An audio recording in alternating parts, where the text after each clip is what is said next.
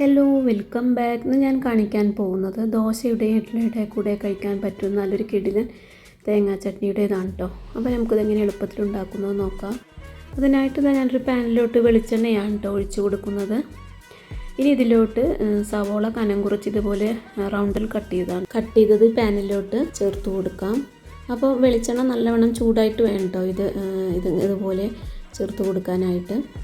എന്നിട്ടിത് ഒന്ന് ചെറുതായിട്ടൊന്ന് കളർ മാറിയാലൊന്ന് തിരിച്ച് മറിച്ചിട്ട് കൊടുക്കണം. പിന്നെ ഇതിൻ്റെ ഇടയിലൂടെ ഇതുപോലെ റൗണ്ടിൽ ഒരു തക്കാളി, വലിയൊരു തക്കാളി ഇതുപോലെ കട്ട് ചെയ്താണ് കേട്ടോ ചേർത്ത് കൊടുക്കുന്നത്. അപ്പോൾ ഇത് രണ്ടും നല്ലവണ്ണം ഒന്ന് വാടി തുടങ്ങിയാൽ തിരിച്ച് മറിച്ചും ഇട്ടൊന്ന് വാടി തുടങ്ങിയാൽ നമുക്ക് പാത്രത്തിലോട്ട് മാറ്റാം.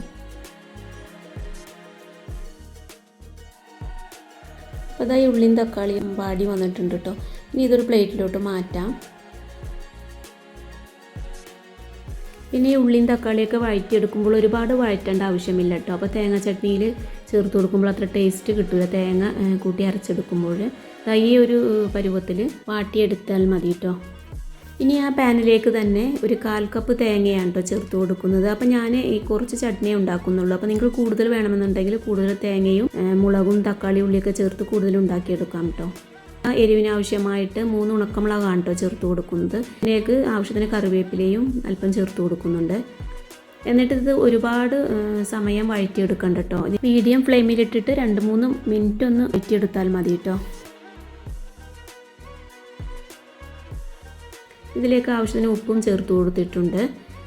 എന്നിട്ട് ഇതിലേക്ക് വഴറ്റിയെടുത്ത് തക്കാളി ഉള്ളിയും ഒന്നും കൂടെ ചേർത്ത് കൊടുത്ത് ഒന്നും കൂടെ എല്ലാം കൂടെ മിക്സ് ആക്കിയിട്ട് ഫ്ലെയിം ഓഫ് ചെയ്തിടാം.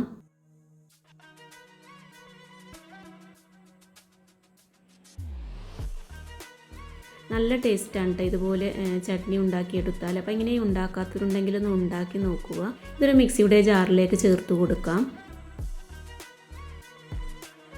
ഒന്ന് അറിയതിന് ശേഷമാണ് കേട്ടോ ചേർത്ത് കൊടുക്കേണ്ടത്. എന്നിട്ട് ഇതിലേക്ക് ആവശ്യത്തിന് വെള്ളം ഒഴിച്ചു കൊടുത്ത് അരച്ചെടുക്കണം. ഞാനപ്പോൾ ആ പാനിൽ തന്നെ വെള്ളം ഒഴിച്ചു കൊടുത്ത് അതാണ് ഒഴിച്ചു കൊടുത്തിട്ടുള്ളത് കേട്ടോ. ഈ ഒരു അളവിൽ ഒഴിച്ചു കൊടുത്താൽ മതി, ഒരുപാട് ലൂസായി പോകരുത്. പിന്നെ ഒരു കൈപ്പിടിക്ക് പൊട്ടുകടലയാണ് കേട്ടോ ചേർത്ത് കൊടുക്കുന്നത്, ഒരുപാട് ചേർത്ത് കൊടുക്കരുത്. എന്നിട്ട് ഇത് അരച്ചെടുക്കാം. അപ്പോൾ ഞാനിത് താളിച്ചെടുത്തത് വീഡിയോ സ്കിപ്പായി പോയതാണ് കേട്ടോ. സാധാരണ ചട്നി താളിക്കുന്ന പോലെ വെളിച്ചെണ്ണ ഉണ്ടായാൽ കടുകും കറിവേപ്പിലയും ഇട്ട് കൊടുത്ത് താളിച്ചെടുക്കാം കേട്ടോ. നല്ല ടേസ്റ്റാണ്. അടുത്ത റെസിപ്പിയുമായി വീണ്ടും കാണാം. താങ്ക്